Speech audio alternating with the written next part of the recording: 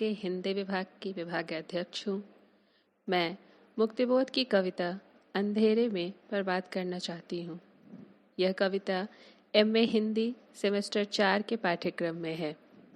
इसके माध्यम से छात्रों को अंधेरे में कविता को समझने में मदद मिलेगी।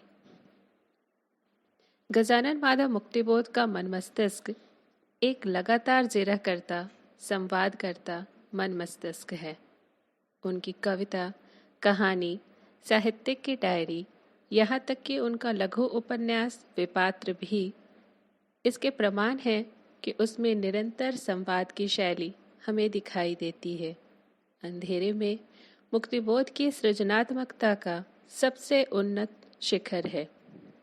अंधेरे में कविता केवल स्वाधीनता के बाद के समय या नेहरू युग की ही आलोचना नहीं है। जैसी जनतांत्रिक संरचना हमने रची है या प्राप्त की है, उसके मूल अंतर्विरोधों और खतरों का एक आख्यान भी है। यह कविता आशंकाओं और जनाकांक्षाओं, स्वप्नों और संभावनाओं से बुनी गई एक विराट स्वप्न फैंटेसी है। अंधेरे में कविता को मात्र कवि की खोई हुई परम अभिव्यक्ति की खोज का आख्यान नहीं माना जाना चाहिए। यह व्यक्ति और एक पूरे समाज की खोई हुई परम अभिव्यक्ति जो वस्तुतः एक दूसरे से अभिन्न है और एक के बिना दूसरे को पाया ही नहीं जा सकता, को पाने और उसके रास्ते में आने वाले व्यवधानों और संघर्षों का महाआख्यान भी है। मुक्तिबोध ने एक साहित्यिक की डायरी में एक लंबी कविता का अंत शीर्षक लेख के अंतर्गत लिखा है कि ऐसी स्थिति में जबकि समाज में संजीवनकारी उत्प्रेरक आंदोलन या ऐसी संगठित शक्ति नहीं है, एक संवेदनशील मन जिसमें अब तक अवसरवादी कौशल और लाभ लोभ की समझदारी विकसित नहीं हुई है, केवल अपने को निस्सहाय महसूस करता है।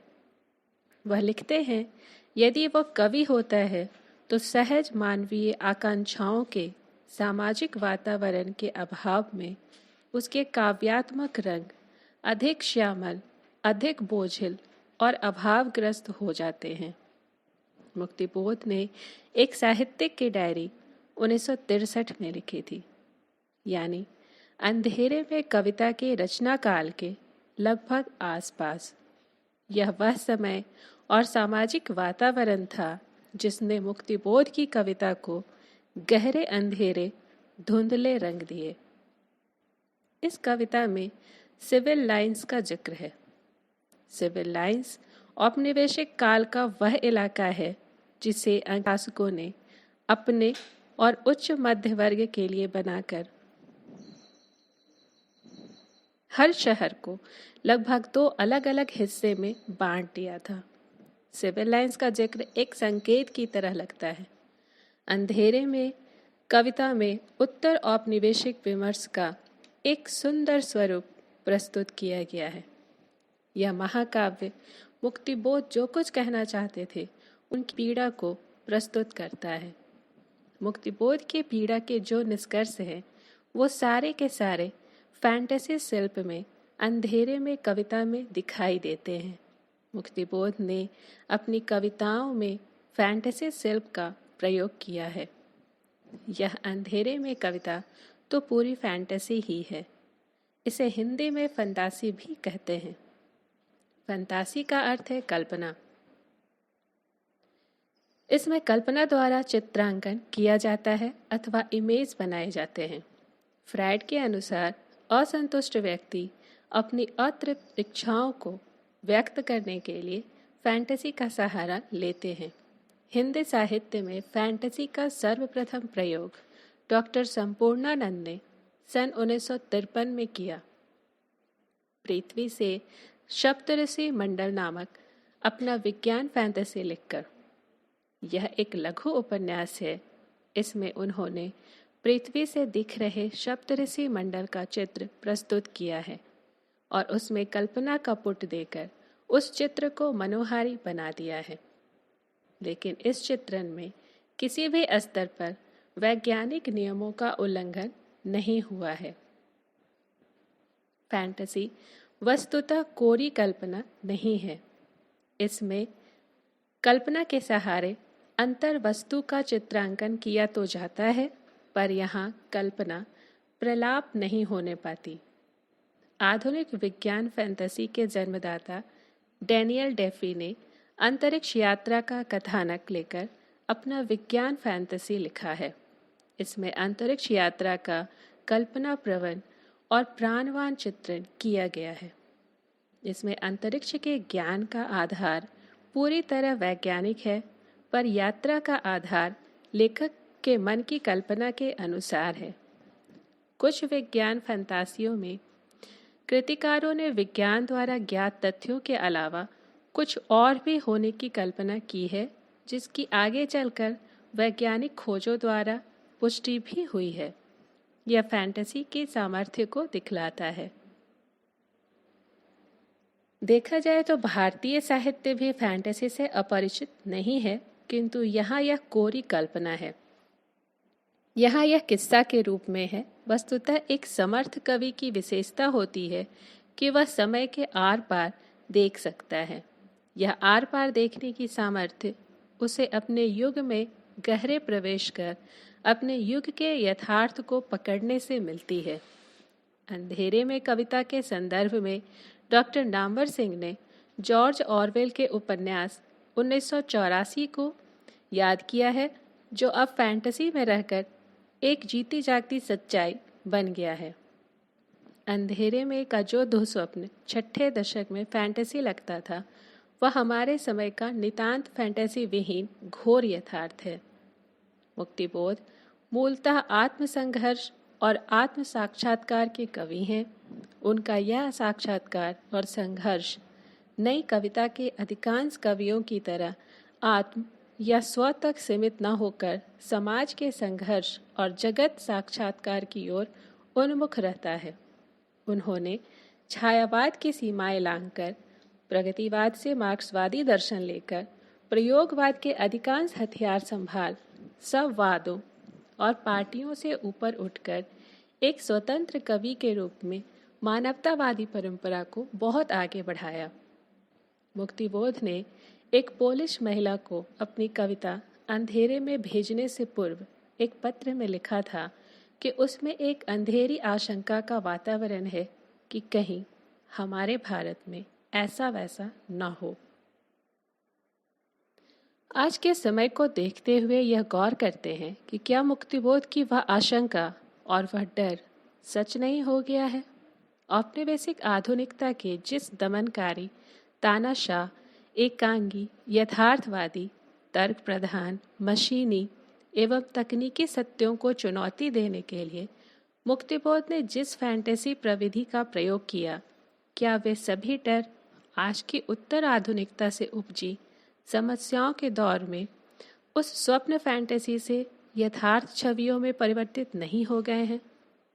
इन सभी उठते प्रश्नों के साथ यह भी जानना जरूरी हो जाता है कि अंधेरे में की रचना के समय मुक्तिबोध की मन स्थिति एवं परिस्थिति क्या थी। यदि उसका विश्लेषण किया जाए तो नागपुर में एम्प्रेस मिल के मजदूरों पर जब गोली चली थी तो रिपोर्टर की हैसियत से मुक्तिबोध घटनास्थल पर मौजूद थे। उन्होंने सिरों का फूटना और खून का बहना अपनी आंखों से देखा था। उनके अनुसार अंधेरे में शीर्षक उनकी सशक्त और मार्मिक कविता उनके नागपुर जीवन के बहुत सारे संदर्भ अपने अंदर समेटे हुए है।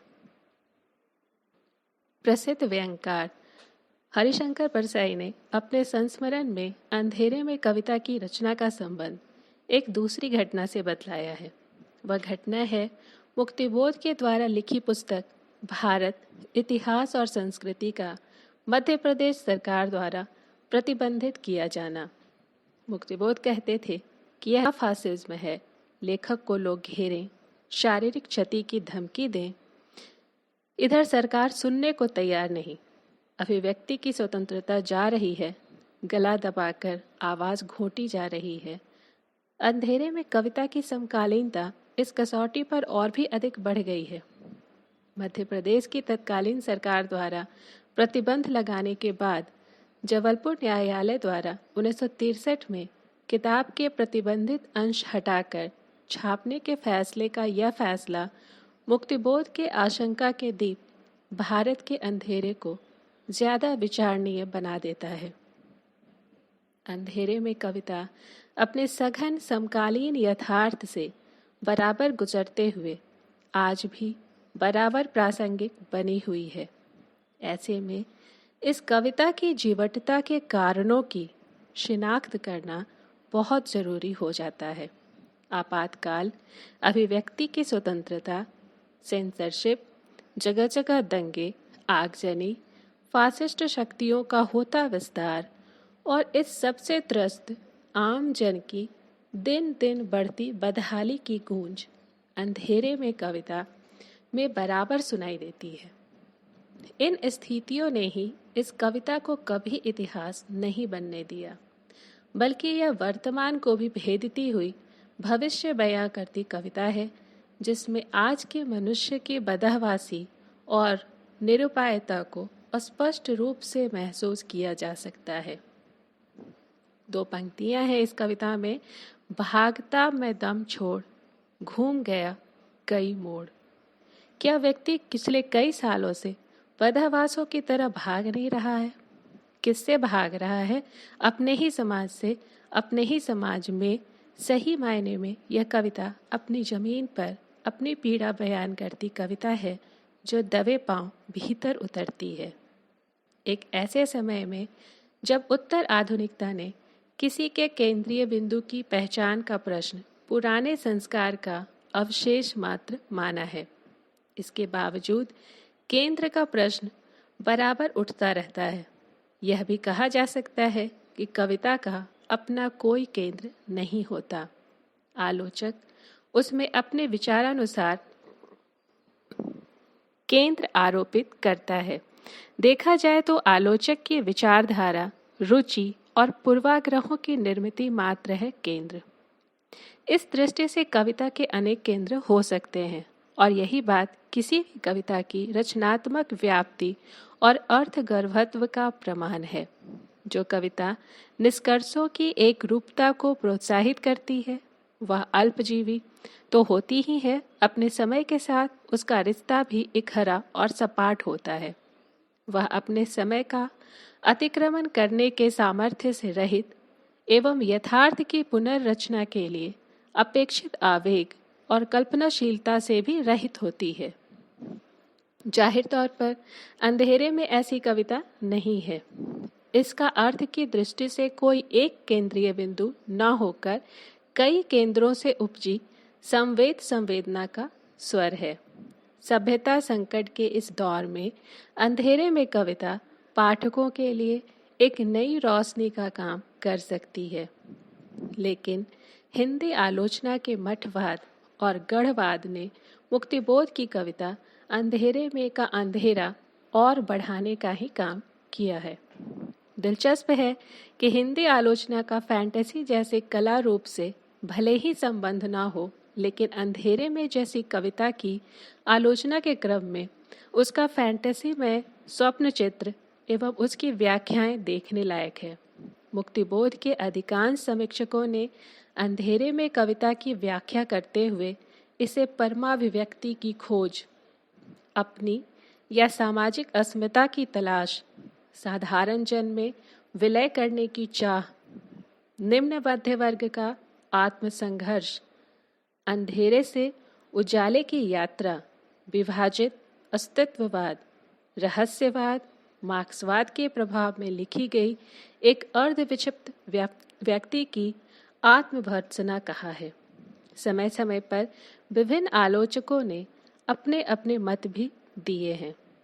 आधुनिकता बोध और नई समीक्षा से प्रभावित नामवर सिंह के लिए यह कविता भाषिक एवं साहित्यवादी अस्मिता की खोज है। उन्होंने अंधेरे में कविता को अस्मिता की खोज, alienation, self alienation, loss of self या आइडेंटिटी रिफ्लेक्शन जैसे शब्दों के साथ इसे समझाने की कोशिश की है। इसके विपरीत चंचल चौहान ने इसे सर्वहारा वर्ग में अपनी मध्यवर्गीय अस्मिता का विषय बताया है। तो विष्णु खरे को यह कविता व्यक्तिगत तथा विराट स्तरों पर संघर्ष लगती है। आलोचक रामविलास शर्मा के लिए इस कविता पर एक ओर तो विकृत मनोचेतना के रहस्यवाद का प्रभाव दिखाई पड़ता है, वहीं दूसरी ओर सात्र के खंडित व्यक्तित्व के अस्तित्ववाद का। इस कविता को वे काव्य नायक की अपराध भावना से गिरा पाते हैं, जो आदम की अपराध भावना से भिन्न न होकर पूरी तरह जनता के साथ है और न ही शोषकों के साथ। वहीं प्रभाकर माचवे के लिए यह कविता प्रसिद्ध चित्रकार पिकासो का प्रभाव लिए हुए है। शमशेर के लिए यह कविता देश के आधुनिक जन इतिहास का स्वतंत्रता पूर्व और पश्चात का एक दहकता इस्बाती दस्तावेज है, जबकि डॉक्टर गंगा प्रसाद विमल के अनुसार यह कविता मुक्तिबोध की आंतरिक संघर्ष की प्रतिक्रिया है, जिसमें घोर अवसाद और घोर विद्रोह के तत्व हैं। तो डॉक्टर शिव प्रसाद मिश्र के लिए यह विशाल खंड पर आधारित प्रखर यथार्थ बोध की कविता है, जो केंद्रीय फैंटेसी और उसके भीतरी परतों को प्याज के छिलकों की भांति अलग करती है। इतना ही नहीं, अशोक वाजपेयी के लिए यह खंडित रामायण है। तो एक आलोचक को इसमें लंदन की रात दिखती है, तो दूसरे कवि को जापानी फिल्म का जंगल। यह बात यहीं ठहर जाए तो गनीमत है। तिलिस्मी खोह में और अधिक कुहासा बढ़ाने के लिए हिंदी आलोचना की हाँफती हुई युवा पीढ़ी मुक्तिबोध पर किताब लिखती है तथा मार्शल लॉ लगाने वाली शक्ति से पुरस्कृत होती है। जितनी चेतना मध्य वर्ग की तथा फैंटेसी की टूटी बिखरी हुई नहीं होती है, उससे ज़्यादा कविता की आलोचना की है। अंधेरे में कविता में से होकर गुजरना एक काव्य यात्रा है। तरह तरह के अनुभवों के बीच वह कवि की न खत्म होने वाली रचनात्मकता की तलाश है, जिसे उसने परम अभिव्यक्ति का नाम दिया है। और यह तलाश तब तक जारी रहेगी जब तक समाज की क्रियाशीलता नहीं बढ़ती। यह कविता मध्य वर्ग की उसी निष्क्रियता पर प्रहार करती है। अंधेरे में का द्वंद्व इलियड की द वेस्ट लैंड के माहौल की भी याद दिलाती है। अशोक वाजपेयी ने तो अंधेरे में कविता को द वेस्ट लैंड के समकक्ष रखकर ही देखा है। यह कविता स्वप्न, फैंटेसी और यथार्थवादी अनुभवों के साथ चलने वाला कथानक, रक्तालोक स्नात पुरुष का साक्षात्कार, कवि को दी गई मौत की सजा, रात का विचित्र जुलूस, मार्शल लॉ जैसा वातावरण, तिलक की मूर्ति से टपकता खून, विचित्र वेश में गांधी से भेंट, भविष्य शिशु का कवि को सौंपा जाना और गांधी द्वारा जनशक्ति का आख्यान, कवि को पकड़कर दी गई यंत्रणा, फिर रिहाई, अभिव्यक्ति के खतरों का एहसास और फिर उस परम अभिव्यक्ति की तलाश, सांस्कृतिक पुनर्जागरण, राष्ट्रीय स्वाधीनता आंदोलन और परवर्ती जीवन का एक विराट संश्लिष्ट चित्र है, जिसे हम आप सबको समझना होगा। अंधेरे में कविता का आरंभ इस तिलिस्मी खोह के रहस्यमय दृश्य से होता है, जो अपने प्रभाव में काफी नाटकीय है। कविता का आरंभ इन पंक्तियों से हुआ है। जिंदगी के कमरे में अंधेरे, लगातार लगाता है कोई चक्कर। यहाँ विशेष ध्यान देने योग्य शब्द है अंधेरा, जो कमरे में भी है और जिंदगी में भी। यह अंधेरा गरीबी, उपेक्षा, अपमान, दारिद्र्य सभी का प्रतीक है, जिसमें मनुष्य की क्रांतिकारी चेतना खो गई है। इस क्रांतिकारी चेतना को ही आलोचक नंदकिशोर नवल ने सर्वहारा चेतना कहा है। इसी अंधेरे में एकाएक प्रकट होता है रक्तालोक स्नात पुरुष, जिसे प्रारंभ में उसकी विराटता से आश्चर्य के रूप में देखा जाता है, किंतु आगे चलकर यह भ्रम उसके फटे वस्त्रों, चेहरे की मलिनता और उसके वक्ष के घावों से टूटता है। उसके कष्टों से भरे चेहरे पर मुस्कान है। मुक्तिबोध का यह रक्तालोक स्नात पुरुष अपनी अंधेरी खोह से बाहर नहीं निकल पा रहा है। श्रीकांत वर्मा की धारणा है कि यह स्वाधीनता के बाद का भारतवर्ष है, जिसका शरीर और मन छत विक्षत है। उसके चेहरे पर इतिहास की झुर्रियाँ, सीने पर गोली के घाव और अंतरात्मा में बेचैनी है। यही रहस्यमय व्यक्ति काव्य नायक के दरवाजे की सांकल बजाता है और उत्तर न मिलने पर चला जाता है। काव्य नायक जब दरवाजा खोलकर बाहर आता है तो रात का पक्षी कहता है, वह चला गया, वह नहीं आएगा, आएगा ही नहीं। अब तेरे द्वार पर वह निकल गया है। गांव में, शहर में उसको तू खोज अब, उसका तू शोध कर। वह तेरी पूर्णतम परम अभिव्यक्ति, उसका तू शिष्य है। वह तेरी गुरु है, गुरु है। और यह व्यक्ति पूरी कविता में कहीं नहीं दिखाई देता है। कविता के अंत में काव्य नायक को गलियों, सड़कों और लोगों की भीड़ में जाता हुआ दिखाई देता है। काव्य नायक उसे पुकारना चाहता है पर पुकारता नहीं है। वह भीड़ में खो जाता है। यहाँ मुक्तिबोध मध्यवर्गीय कमजोरियों की ओर संकेत करते हैं। वह रहस्यमय व्यक्ति एक नैतिक चेतना है जो मध्यवर्गीय सुरक्षा घेरे से बाहर निकलना नहीं चाहता। काव्य नायक उसे दरवाजे पर सांकल की आवाज सुनकर भी अनदेखा, अनसुना कर देता है। काव्य नायक आत्मस्वीकृति देते हुए कहता है, यह भी तो सही है कि कमजोरियों से ही मोह है मुझे, इसलिए टालता हूँ उस मेरे प्रिय को, कतराता रहता, डरता हूँ उससे। काव्य नायक मध्यवर्गीय उसी चेतना का प्रतीक है जो खंडित हो चुकी है, जो एक सुरक्षित जीवन के गुरुत्वाकर्षण से बंधा हुआ है, जिसने उड़ान के सपने तो देखे हैं पर साथ ही वह कह उठता है कि मुझे डर लगता है ऊंचाइयों से। यह वर्ग अपने ही वस्तुगत जीवन की सच्चाइयों के विरुद्ध एक सुंदर दुनिया का सपना रचता है, लेकिन इस सपने की कीमत नहीं देना चाहता। काव्य नायक के स्वप्न नायक में एकाकार होकर शुरू की गई जन क्रांति की मुख्य बाधा मध्य वर्ग की यही तमाशबीन की भूमिका है।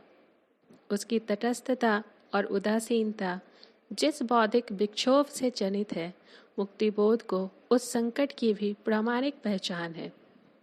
वे अपने स्वप्न में भी कबीर के समान जगे हुए हैं। वे अपने वैचारिक उत्तरदायित्व को समझाते हुए उन विचारों को कर्म में न उतार पाने की पीड़ा महसूस करते हैं।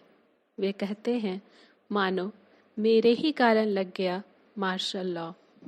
वे अपने समय के प्रति वफादार थे। उनका मानना था कि बौद्धिक वर्ग का जब श्रमजीवी वर्ग से रिश्ता कट जाता है, तब वह आम जन की बेहतरी के उद्देश्य से भटक जाता है। उनकी मान्यता है कि बौद्धिक वर्ग कृत दास है, उसके विचार किराए के हैं तथा अपनी काली करतूतों में वह इतना डूब गया है कि चेहरे पर स्याही पुत गई है। जब बौद्धिक वर्ग रक्त चूसने वाली सत्ता से नाभिनाल बंध जाता है, तब जन क्रांति पर संकट अवश्यंभावी हो जाता है। मुक्तिबोध लोकतंत्र और संवाद की शक्ति को रेखांकित करने में कहीं नहीं चूकते, बल्कि इस कविता के जरिए तिलक गांधी से टॉलस्टॉय तक जाते हैं, जिसमें कोरा एकालाप नहीं है। मुक्तिबोध की दृष्टि में इस समाज में घिरे घुप अंधेरे में केवल अंधेरे का ही दोष नहीं है, बल्कि उस सूर्य का भी है जो पीछे हट गया है। इसी क्रम में मुक्तिबोध जन मुक्ति का प्रश्न राष्ट्र मुक्ति से जुड़ा हुआ पाते हैं तथा राष्ट्र मुक्ति और जन मुक्ति का संयुक्त प्रश्न मध्यवर्गीय चेतना की मुक्ति से जोड़ते हैं। मुक्तिबोध को इन सभी प्रश्नों का हल सभ्यता की मुक्ति में दिखता है। उन्हें मालूम है कि पूंजीवादी राष्ट्र राज्य दमनकारी है। वह पश्चिमी आधुनिकता की पीठ पर लदा हुआ है। इस कविता में मौजूद पागल का रूप भी आधुनिकता पर प्रश्न चिन्ह लगाता है। आधुनिकता के उजाले में जिसे पागल साबित किया गया है, अंधेरे में वह जागृत बुद्धि है। वस्तुतः आधुनिकता के भीतर विद्रोही, विसंगत, स्वप्नशील मनुष्य के लिए कोई स्थान नहीं है।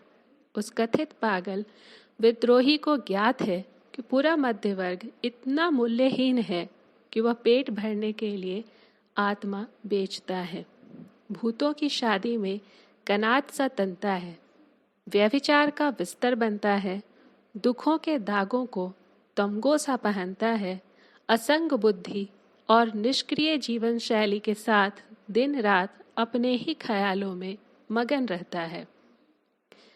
इसलिए आधुनिकता के उजाले ने उसे खारिज कर दिया है।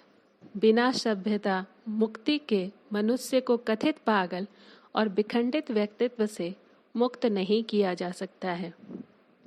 काव्य नायक हैरान है कि ऐसे कठिन वक्त में सब चुप, साहित्यिक चुप हैं और कविजन, निर्वाक, चिंतक, शिल्पकार, नर्तक चुप हैं। सबके लिए बदलाव एक ख्याली गप है, कोरी किंवदंती है। ऐसा इसलिए है, रक्तपाई वर्ग से नाभिनाल बद्ध ये सब लोग नपुंसक भोग शिराजालों में उलझे, प्रश्न की उथली सी पहचान, राह से अनजान। इन ताकतवर होती जा रही शक्तियों के बीच मुक्तिबोध की यह फैंटेसी, उनके भारत के भविष्य को लेकर जितने भी डर थे, उन सभी को लगातार प्रत्यक्ष घटते हुए देखा जा सकता है।